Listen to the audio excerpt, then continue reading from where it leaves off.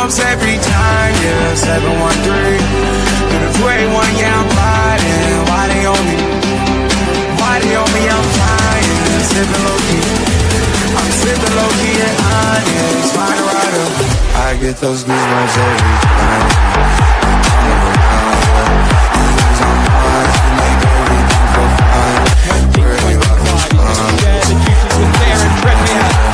Newcastle United. I get those goosebumps every time. I need the high, throw that to the side. I get those goosebumps every time, yeah. When you're not around, when you throw that to the side. I get those goosebumps every time. Up the mugs. Yes, sir.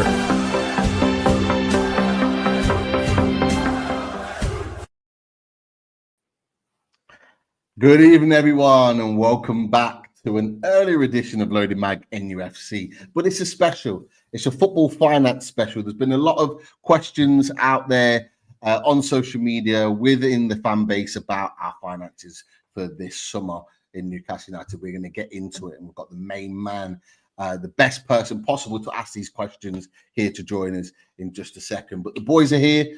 Daz, Chris, how are we? We good? All good, mate. Yeah.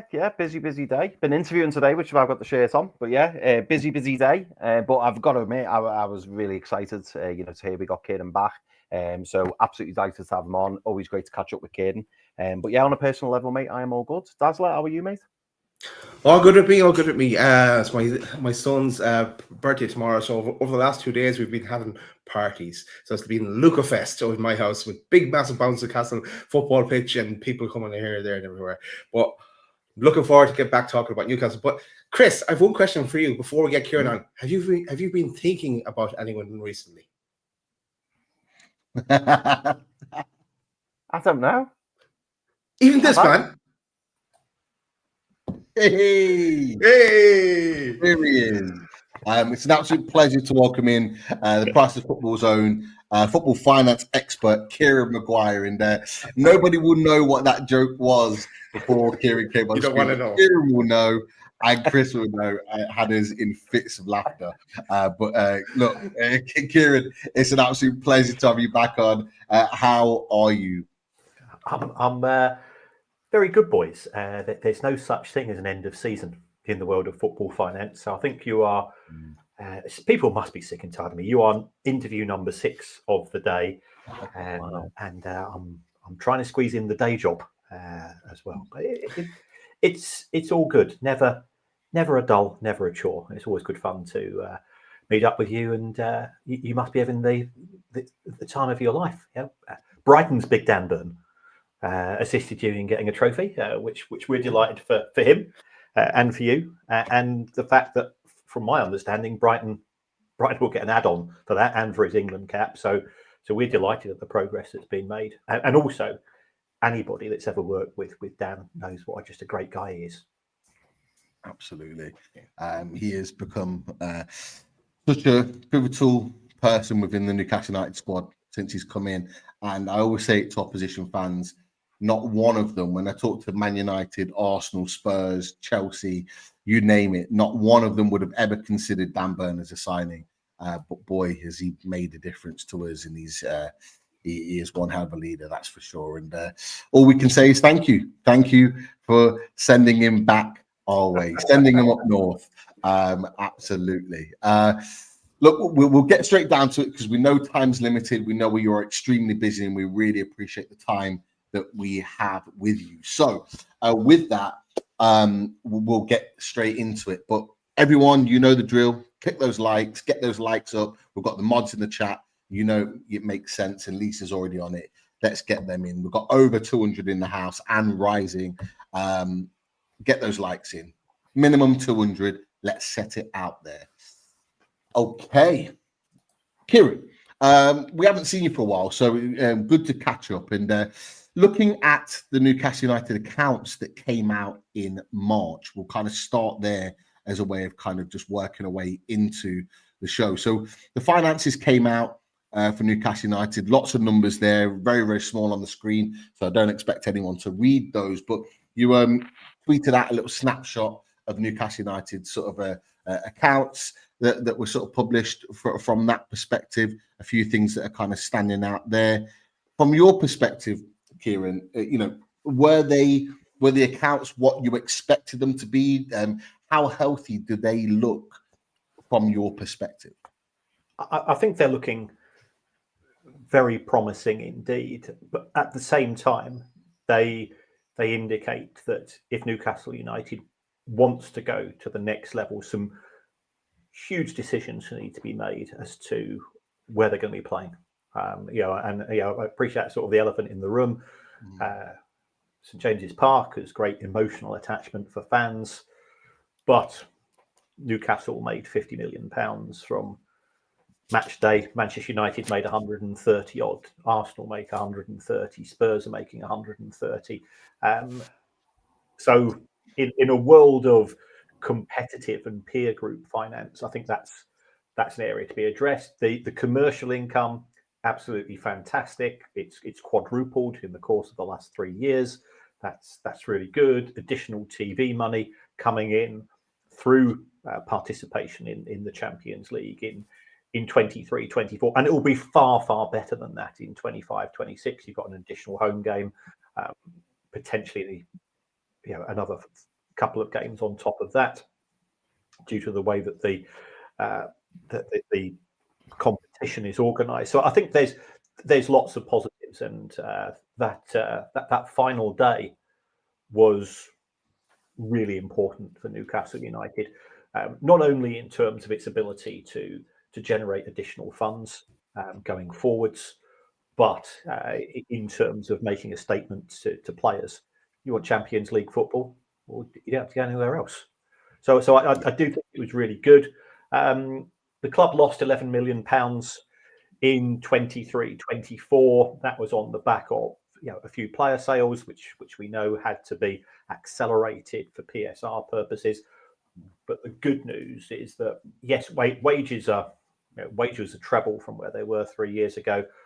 But if you want quality, you can't run a Rolls Royce with a pair of wheels for a Mini Metro. Yeah, absolutely. And it's definitely something that we're sort of having that little tug of war with at the moment in terms of making that next step. But interesting points with regards to Newcastle needing to kind of decide in what direction they need to go to. Moving on from that, there has been a number of questions out there, and this is one of a few questions that Newcastle United fans want to know.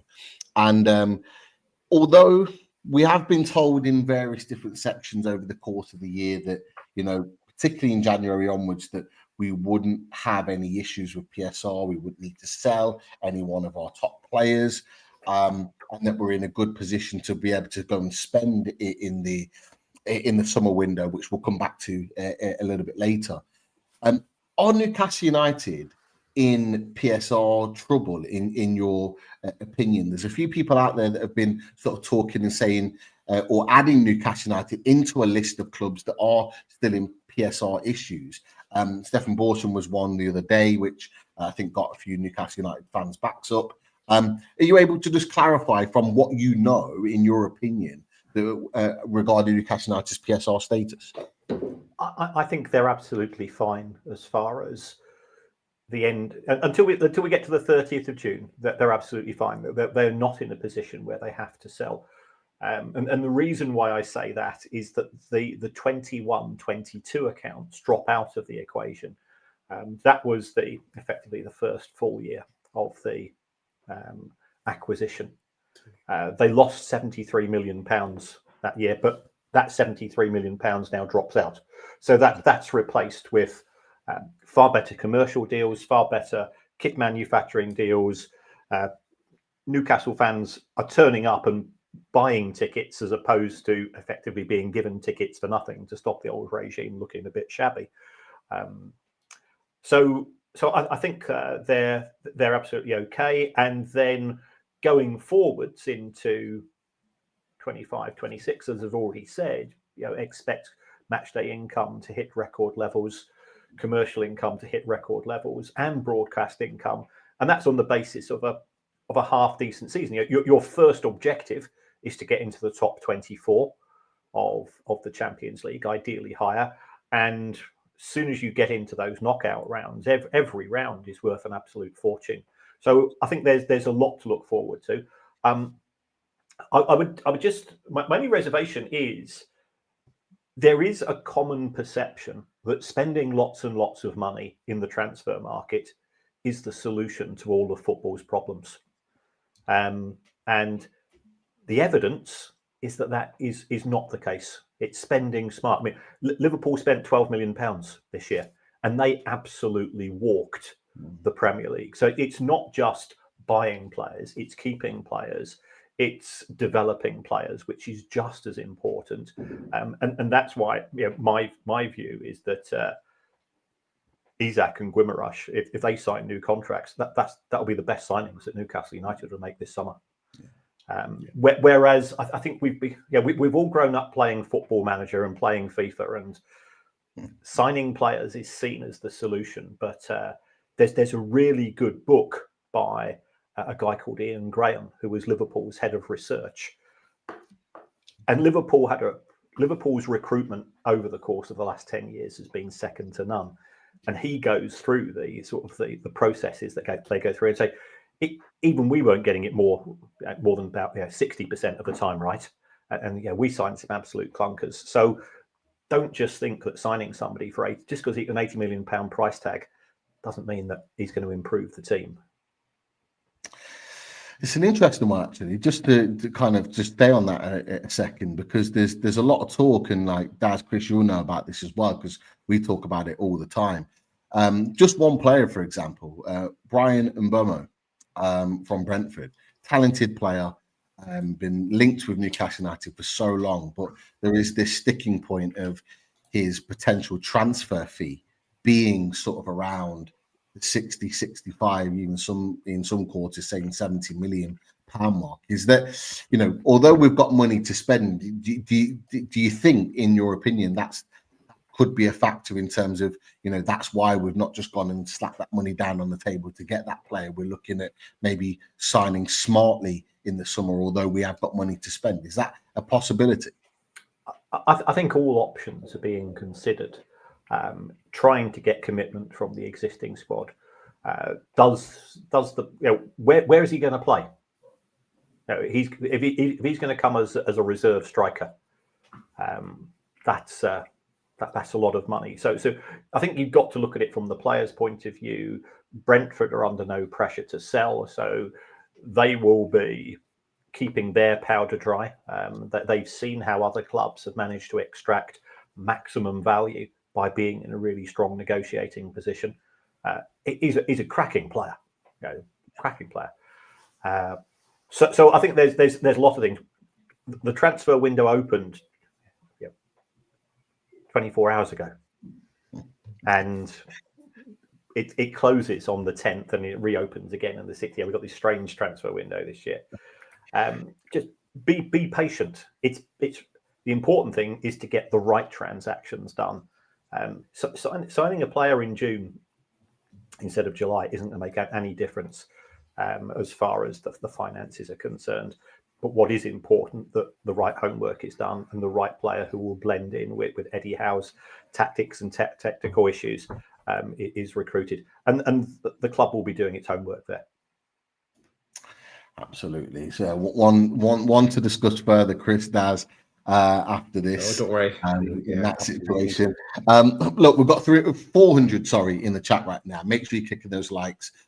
Get your questions in. If we get some time at the end before Kieran has to go, we'll try and throw some questions in. So feel free to put your questions in the chat as well. So I wanted to ask you, before we get to sort of like the key question here, what does the Champions League figures look like? Now, a friend of our channel, Wolfie, on Forest TV, I know you're on with him only last week. Really nice guy, and he's a friend of our channel. You talked about the Forest sometimes. Yeah, sometimes when we're up against them, it's a different story. But I was trying to be nice, Daz. Trying to be nice. But with Forest situation, you were talking interestingly about the finances of the Conference League and how it actually can be, in some owners' minds, a detrimental situation by being in that competition. Well, the Champions League definitely isn't going to be that. But just for some fans out there that might not know the financial positive implications of getting into that competition, would you just be able to just share with us what the differences would be for us now playing in the Champions League next season? Sure.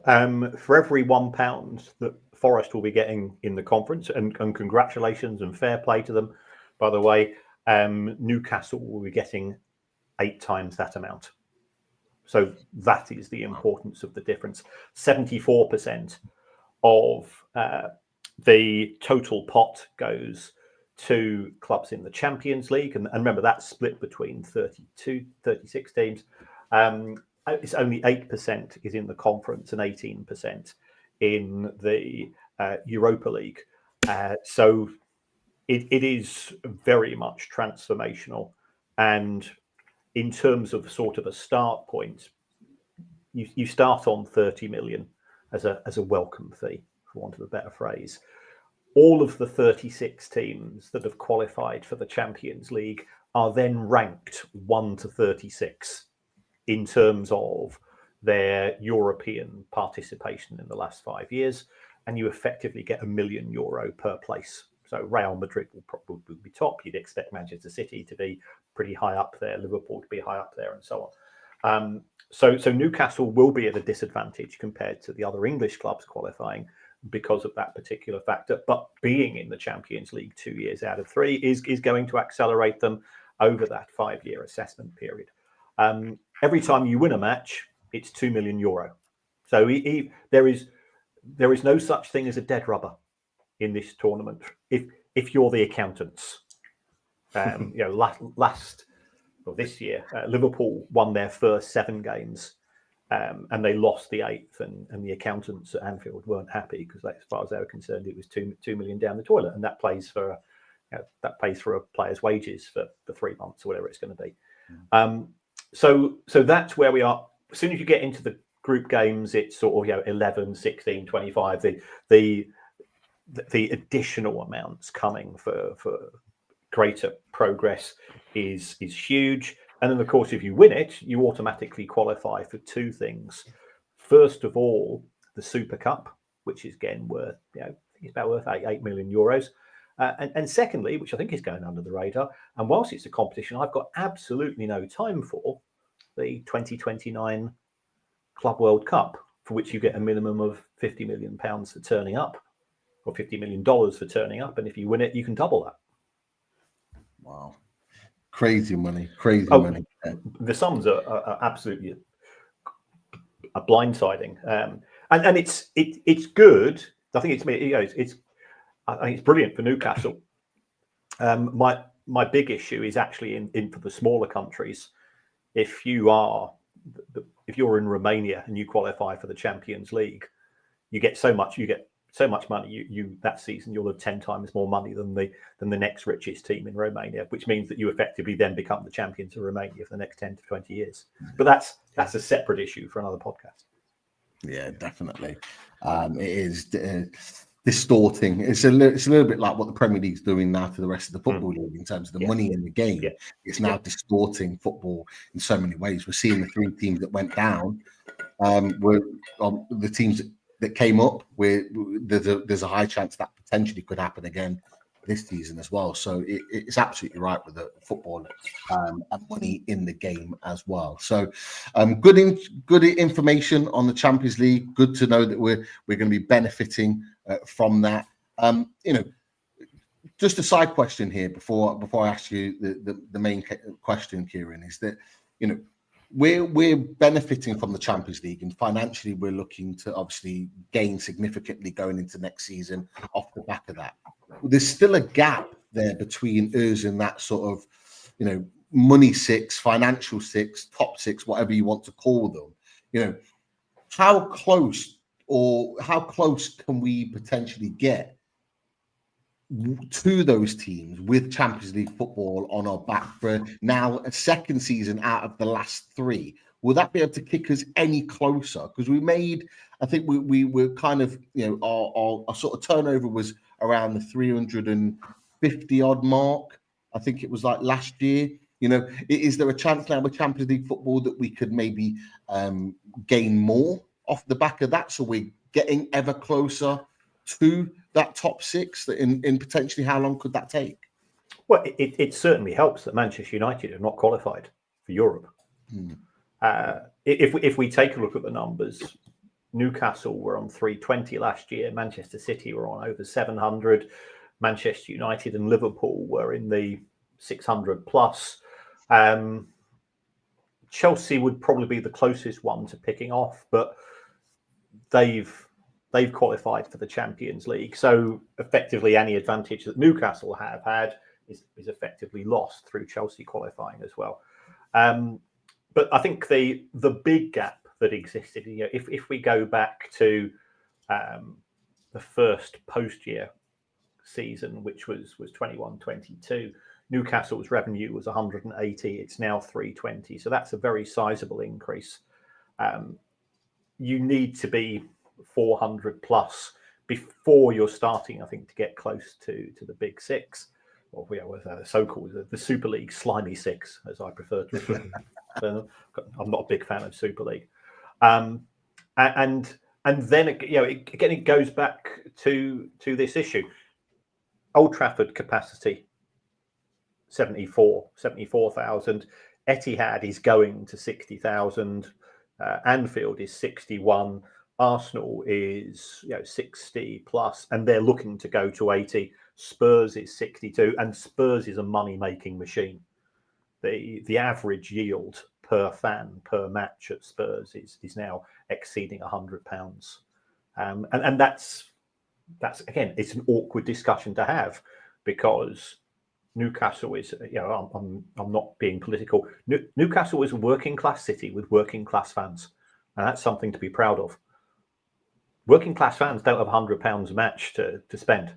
Now, I appreciate there'll be some tickets cheaper, but the club will have that awkward issue that we saw with Aston Villa this season. Aston Villa, again, congratulations, they got into the Champions League. I thought they did fantastically well, but they were charging £97 a match against Bayern Munich and against some of the other opposition, which means that the fans whose loyalty got Villa to where they are today, and the fans who watched them in the Championship when they were a bit bobbins, are now being squeezed out because tourists have money, and you lose some of the authenticity of a packed audience at Villa Park or Old Trafford, or even potentially St James's Park, if the club's pricing strategy is going to be one of, we're going to maximise revenues from the Champions League.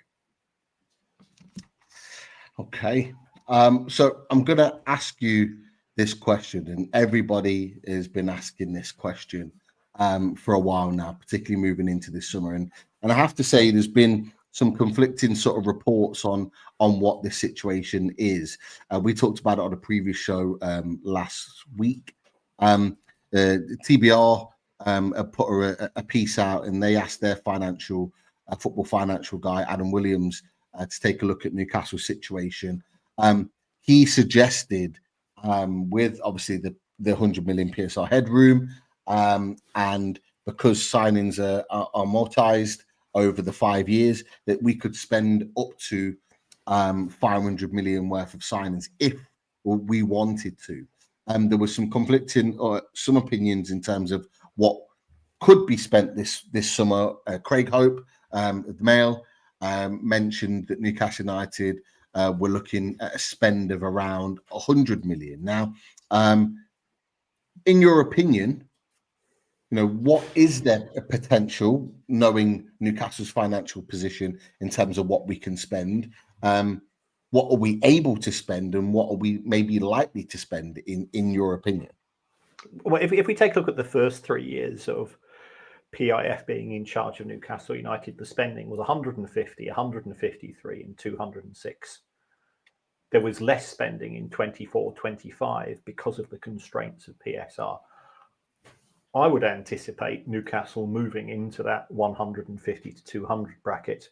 From a PSR point of view, you don't want to spend 500 million because Adam's a good friend of mine. You've got to take into account wages as well. People play if you're signing a player for 100 million pounds, he ain't coming here for 30 grand a week. So that has to be taken into account. And then there's a second issue. You're assuming that the owners are willing to spend 500 million. Well, why should they subsidise the club to that extent?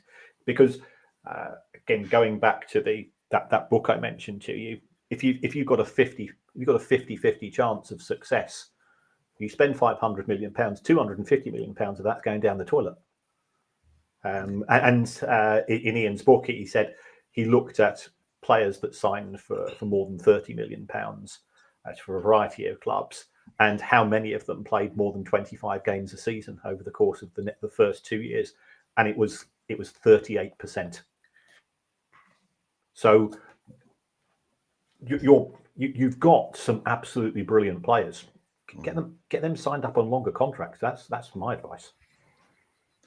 Do you see that happening this summer? Do you see some of the existing players? I mean, there's talks of, Alexander Isak's got 3 years left on his contract this summer.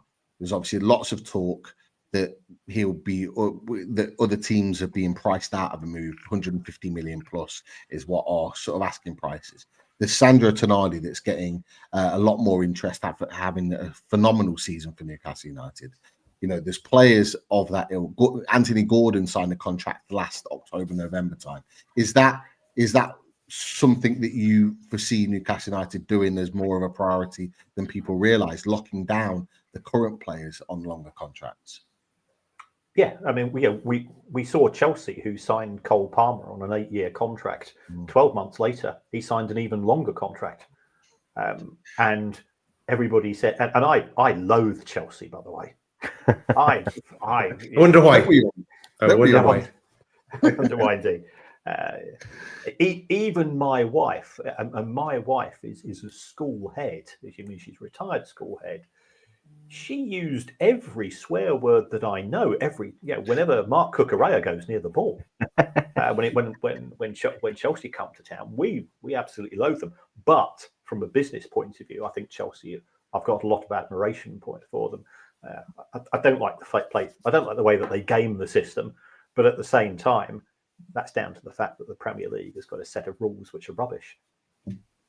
Yeah, absolutely. And interesting you said that. So if we've got time for a couple of questions afterwards, Martin Ziegler has put in an exclusive Premier League bids to close the loophole that helped Chelsea comply with PSR, meaning the situation with the women's team, etc., etc. Just your initial thoughts and feelings on that one.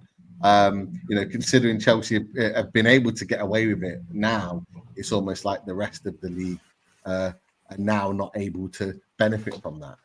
Yeah, it was exactly the same with Chelsea and the amortization policy. They signed players on 8-year contracts, got that benefit. Then the Premier League changed the rules, which meant that Chelsea could do it, but nobody else. If you're now going to say that Chelsea can sell their women's team, Chelsea can sell their car park, Chelsea can sell their hotel, and in doing so, book £250 million worth of profit, i.e. financial advantage, over Newcastle, over Aston Villa, over Nottingham Forest, those are the three clubs that I would describe as the ambitious stroke aspirational stroke challenger clubs who want to break the glass ceiling that we have at the top of English football at present. We'll wait and see. You've got to get 14 clubs to vote for it, by the way. So it's all very well that the Premier League, the Premier League wants to do quite a few things, which I actually applaud. But getting those deals over the line, getting 14 people to vote for it, is another issue. Definitely. Lads, I know there's one or two questions in the chat. And I know we've got maybe a few minutes. We've got a few minutes, Kieran, before you have to shoot. So, what questions are there? If you've got one yourself, lads, throw in. I've one while Chris is looking at the questions there. Are there any Premier League clubs, Kieran, that are in danger of breaching PSR rules come the end of June? Well, BBC Sport asked me to write an article for them to go through all 20 clubs, and I sort of did this very long club by club report, which they've edited and they've made far more palatable for a BBC Sport audience. You know, I'm a nerd, so but of the 20 clubs, I'd say that the only one who I think is under a bit of pressure to sell is probably Aston Villa. And even so, that they sold Duran in January to the Saudi Pro League. They've got rid of Almiron. They've done some other deals as well. So yeah, they were paying £91 in wages for every £100 that came through the door last season. They've not qualified for the Champions League in 25-26. So I guess they could be under a wee bit of pressure, but I don't think a huge amount. I was on the Villa podcast last week. People must be sick and tired of me popping up. Never. I'm like I'm the Football Finance's version of the meerkat. I don't think you understand how intriguing you are to listen to, Kieran. Your knowledge is so unique. My wife would not agree with you. I don't believe that for a second. But no, in all honesty, it is the way you break it down. It's straightforward, to the point, but it has so much knowledge behind it. It's great to listen to. So certainly from a Newcastle perspective, all Newcastle fans, we've got 650 in the chat right now. Make sure you click those likes, people. They're tuning in because they want to hear what you've got to say, and we'll have loads more. Watch it back afterwards as well. Any other questions, lads? To throw do you know what, Pete? I'll just restrict it to two because I know Kieran's short on time. So I'll just quickly whiz through two questions. People are asking the same question, so I'll just flash them up while they're on screen. But essentially, Kieran, what people are asking, Scott says here, do we not have to wait until the end of June to sign players? That way it goes on to July's books. And James Walbridge says, does the 30th of June deadline mean that the club could keep their powder dry until July for bigger spending? We know that there's like a new format for the way the transfer windows are done in the main because of the Club World Cup. But how significant do you think it is, that we've got these different transfer deadlines, if you like? And do you think that, that will be in the forefront of the club's mind in terms of, those accounting periods? 30th of June is important from a selling point of view, but it makes no difference when you're buying. And let me give you a quick example. If I sign a £60 million player on a 5-year contract, that works out as 12 million's amortization a year. That works out as 1 million a month. So if you sign that player in mid-June, it's going to be 2 weeks worth of amortization. It's 500 grand. It makes no difference whatsoever to the costs as far as the club is concerned. Whereas if you're selling that player and that player is a former academy player, you're looking to get that player's deal in by the 30th of June, because all of a sudden you've got £60 million worth of profit. So no, there's no difference in terms of if you're buying, whether that purchase is made on the 30th of June or the 1st of July. It's all through the eyes of the selling company. And that's why we had this rush for deals which were swaps but not swaps in June 2024. Yeah, no, that's brilliant. Thank you, Kieran. And then the very quick last one. This is from Kev T. And he says, how are we on the wages to revenue percentage, and could we fall foul under the UEFA rules? Now, obviously, there was discussions as to whether or not, we would be looking to bring in those UEFA rules. Correct me if I'm wrong, but it appears that we're going to be sticking with PSR for the upcoming year, but not to say that the UEFA rules won't be implemented further down the line. But do you know how close we are in terms of the wages to revenue percentage? Well, it's 68% in 23-24. And remember, that was a Champions League year. So Newcastle are under the threshold. But I think you just have to be a little bit careful, because people look at wages, but it's player wages. Player wages are normally around about 3/4 of the total. Then you add on amortization, then you add on player write-downs, and then you add to revenue the player sale profits, and you take the best figure out of the last 3 years. So it's a spreadsheet nerd's dream job to crunch the numbers. But if we just take sort of the initial sort of crude figure of wages to income, Newcastle are fine. The boost to income that they generated through qualifying for the Champions League in 23-24 has made a big difference, and the fact that that's going to be replicated in 25-26, and UEFA do their calculations on a calendar year, i.e. the 1st of January to the 31st of December. So you've got that group stage of the Champions League to bolster your revenues. Won't be a problem. Perfect. Thank you very much.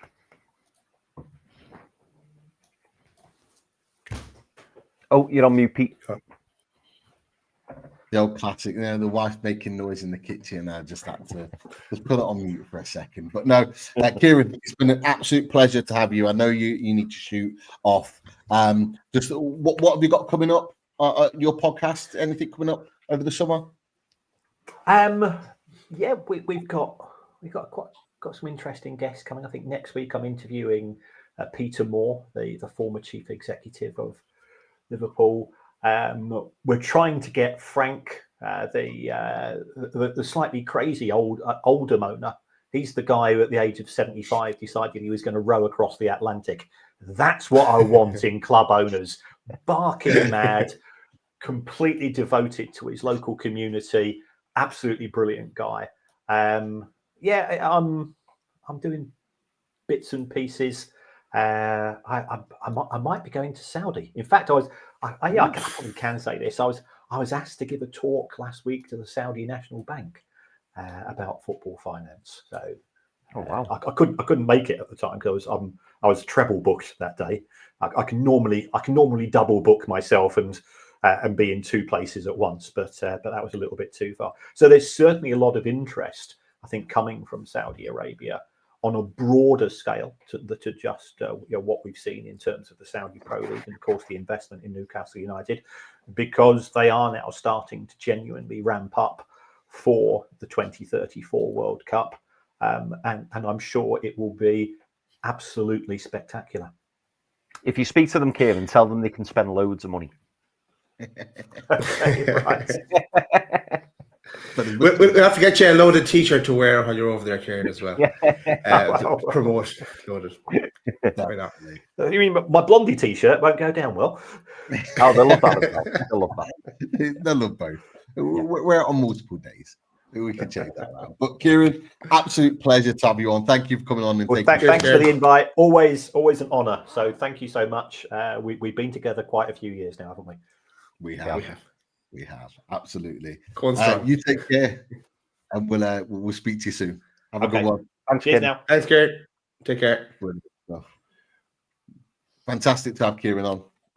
Brilliant guest, and always so informative on all things Newcastle United finances. So, boys, there is some breaking news. People in the chat, we are going to continue to keep talking because there is some bit of breaking news, Newcastle related, not player signing related, but something Newcastle related that we're going to bring, which might be of interest in terms of a conversation as well. But just your initial thoughts, boys, on Kieran Maguire's his opinions on Newcastle United's finances. Are you happy with what you heard? Anything stick out for you that kind of makes you think that we're okay?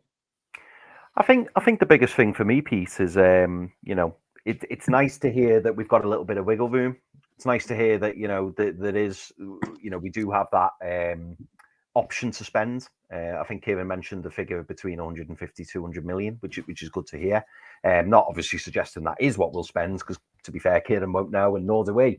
But to know that there's a possibility of that happening, I think that's what I clung on to.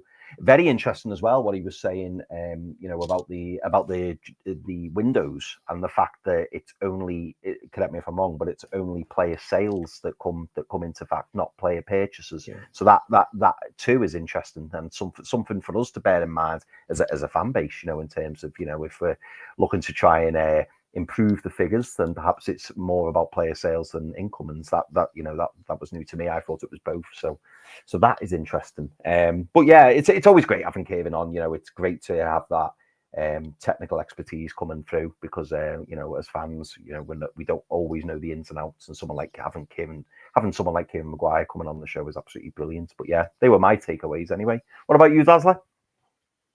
For me, no, it was the headline figure, I guess, the question we had on the poster, really.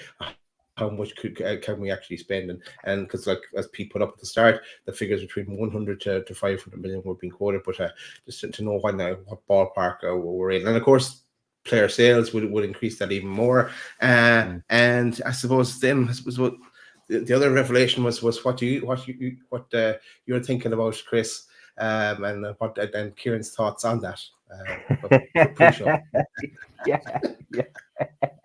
A couple of things that stood out for me. One is to get that question of PSR out of our minds. So many people on social media have been talking about it. Stefan Borson and one or two others still associating Newcastle's name with this PSR, that we're still in this PSR issue and we're in this bracket where we could be stuck on PSR. I just wanted Kieran to come on and give his opinion on that. And the fact that he squashed it, he doesn't feel that Newcastle United have an issue with PSR. That's what I wanted to hear, because we can just pass that to the side now. We know we've got money to spend this summer. We know that we don't have an issue with PSR, particularly up until June 30th, you mentioned. That's the positive, because we were stung by that last season. We didn't even want to be anywhere close to that this season, and that seems to be the case. And then it's the same as what Dad mentioned, to know that there's a potential, and his feelings are around the 150, 200 million pound mark. Some of our best windows with PIF since they've been our owners is the fact that we've been spending around that 150. And just think about what that 150 has brought us. Think about the likes of Sven Botman, Alexander Isak, Bruno Guimaraes, Kieran Trippier's. Those types of players, they could potentially be coming to Newcastle United, which makes me excited, because this is what we're here for. The summer's here. We want to see those players come through the door. They might not be the players that we think they are. They could be even better than what we anticipate. And that's the exciting thing about it. But we know they've got money there to put down on it. Yes, look, I maybe have done this breaking news and created a little bit of a suspense too much on this one. But for us, we know that Darren Eales is leaving Newcastle United, and Craig Hope has just kind of put on breaking news that this man here, David Hopkinson, formerly of Real Madrid, is in the frame for the Newcastle CEO role. Yes, it's not a signing of a player, but the pedigree of this man here is really, really exciting. And the fact that he's potentially been interviewed for this is actually, it should be exciting for Newcastle United. And it says on here, Newcastle has spoken to former Real Madrid executive David Hopkinson as they close in on an appointment of the new CEO. The 54-year-old Canadian is in the frame to replace the outgoing Darren Eales, who is stepping down on health grounds. Just to add in here, and it brings to a conversation we were having with Kieran, he worked at Real Madrid, Real Madrid's global head of partnership for 23 years and was chief commercial officer for Maple Leaf Sports and Entertainment Partnership. What's interesting about this is that he has vast experience in venue management, with Newcastle set to update fans on their plans for the club's future home stadium. The Mail Sport have said that in March that the intention is to move to a new home on Leazes Park. So the fact that he is being considered because of his credentials, but on top of that, it is somebody that has those credentials, those links, that know-how of being a part of the biggest club in the world, Real Madrid. Boys, what do you make of that? It's not a player coming in. We're going to get plenty of them in the summer. Don't worry about that. There's breaking news is on players coming through the door. But David Hodgkinson, CEO, formerly of Real Madrid, does that excite you, particularly with the new stadium? What are your thoughts, lads? I think so. Yeah.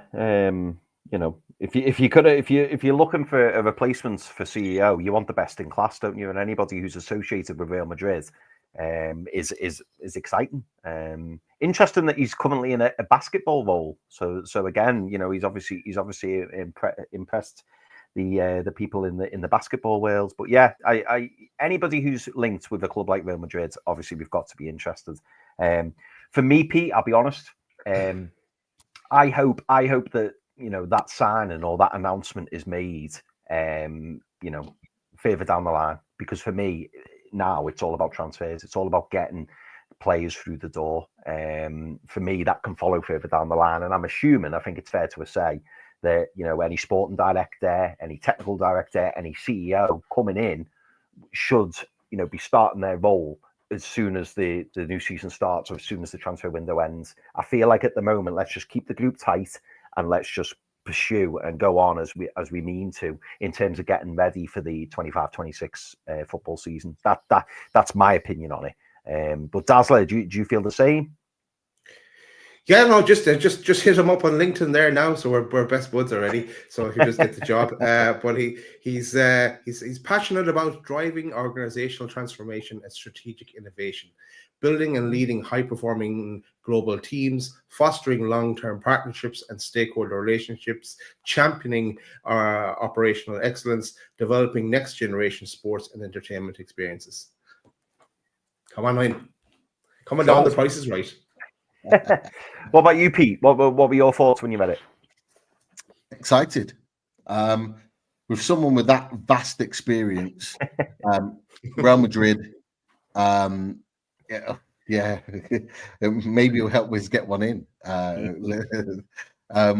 With someone with that vast experience, coming from a club like Real Madrid, they don't get just anybody to go and take on a key role at Real Madrid. They get the absolute very best.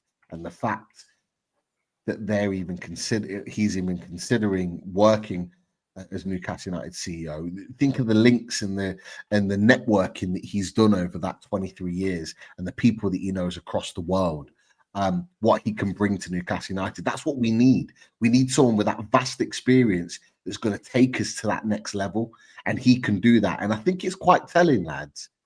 We still haven't had an update on the stadium. We still haven't had an update on the stadium. But he's somebody that, has experience with venues and with stadiums and being a part of that. That, I think, is quite telling, that they're looking for someone with that type of experience to take us forward, which we kind of get the idea that this new stadium's coming. We kind of get the idea that it's going to be Leeds' part, which is what Craig Hopes talked about on his piece that he's written this afternoon.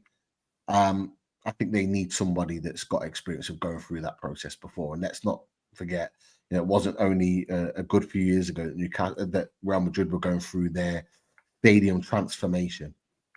And I imagine, would have been a big part of that. So therefore, he's got that experience to deal with that. But I did see that comment pop up on the screen with regards to Brian and Mbemo. People are getting frustrated. People are getting annoyed that we haven't had movement on it. But just remember what Kieran Maguire said as he was on. It's only been one day open. It's still early days yet.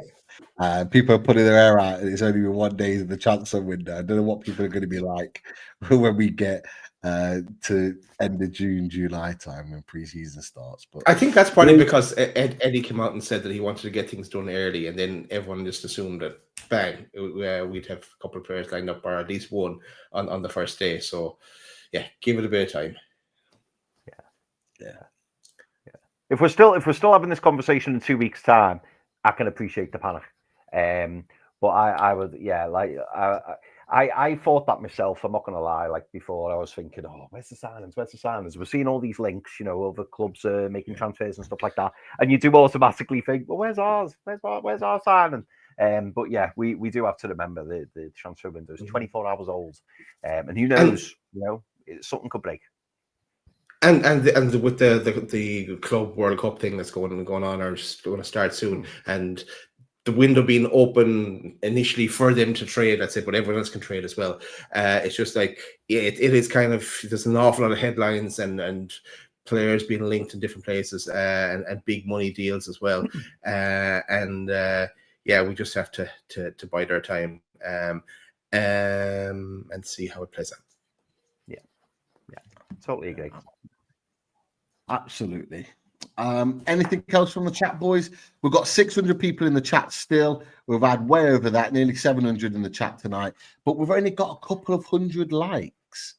Come on, people. Come on, guys. Get those likes now. Get them up. We should be hitting 300 like that, like a snap. And when we say that about clicking the likes, it does make a massive difference to us as a channel, as this particular show. It gets more people out there to see our content. So that just one click of a button does mean the world to us. So if you can take just a second just to click that button, it would mean everything to us. So massively appreciate all your support. So many great comments in the chat. So many people saying really good, intelligent things that we've been able to share with Kieran Maguire and talk about ourselves tonight. Sorry, Daz. No, I was just going to say that our like tonight's show wasn't really about transfers. It was about the financial side of things. But we are planning for further transfer shows during the week. So keep your eyes peeled for that. And we'll have squad game coming up on Sunday as well. So I think around 11 o'clock maybe on Sunday. We just need to confirm the time. But so plenty of more to come. And yeah, we're back bringing on guests now as well. So on the fully loaded transfer shows. So we'll mix and match that as we go as well as people are available. Yeah, the right people at the right time. Isn't that right, lads? Exactly. I'm going to limit it to one question, boys, because I know we weren't going to do a long one. We want to leave everyone with a little bit of suspense. That's what we want to do. But I'm going to bring up one comment and I'm going to ask one question. And hopefully, I'm hoping that you're both going to say the right answer. But firstly, massive thank you to Lisa Mole for the super chat. Thank you very much, Lisa. And Lisa says the most important message of the evening: smash the like button as you arrive. So if you haven't already, like we've just said, hit that like button just so that we can help, spread the show far and wide. That would be much appreciated. Now, boys, I know we said we've got a squad game coming up at in the near future, but we do have an important question, and it's from Clouds, and Clouds says, I'm going to ask the same question I asked this time last year. Is there a chance Newcastle United don't sign a player this summer? Not a chance. It can't be. The answer can't be no. It can't be, can it? Not a chance. No, and I think I said if it happens, we're never doing a fully loaded transfer show ever again. If this summer doesn't happen, we don't have to sign it. Forget it. We're taking the summer off, lads. That's what's happening. But we definitely getting a signing. Like I've even had that thought as well, though, Clouds. Like because like you, Chris, you just thought, oh, something's going to happen straight away. But then you're thinking, will Eddie stand firm? What if Eddie doesn't get the players that he has pinpointed? Will he start to kind of put the foot down? I don't want anyone else, but he's only shooting himself in the foot then, because he knows that it's come back to bite him as well, not having a big enough squad. So I think something has to give somewhere, and we get signings over the line. I suppose we just need that one to give us a bit of confidence. Get going. Absolutely, Pete. I saw you doing the 5 sign. Is that the number that you're sticking to? You think 5 are coming in? Yeah, I think 5. And then depending on who we move on, we might get an extra additional one. I think 5. Yeah, I'm sticking to it. Daz, I'm going to cheat a little bit, Daz. I'm going to ask you a question, Daz. Sure. For anyone who hasn't seen our last show, Daz created this fantastic little video of what we've got coming up this weekend. So my question to you, Daz, was going to be, can we play out with that song? Because it's brilliant. We can, of course. Is that what we're doing now? We're playing out. Can we say goodbye and maybe see you Wednesday, boys, unless there's something happens tomorrow. Well, Wednesday, will that be good? We'll Maybe good for people. So we'll be definitely seeing you Wednesday. Definitely seeing you Wednesday. definitely. If not before, if something breaks, keep an eye out. So let's talk about more incomings than outgoings. But Sunday's show at 11 o'clock is to talk about outgoings. Thanks for tuning in. Smash that like button on the way out. And thanks again to Kieran Maguire. We'll see you in the next one. Good night, everyone. Bye-bye.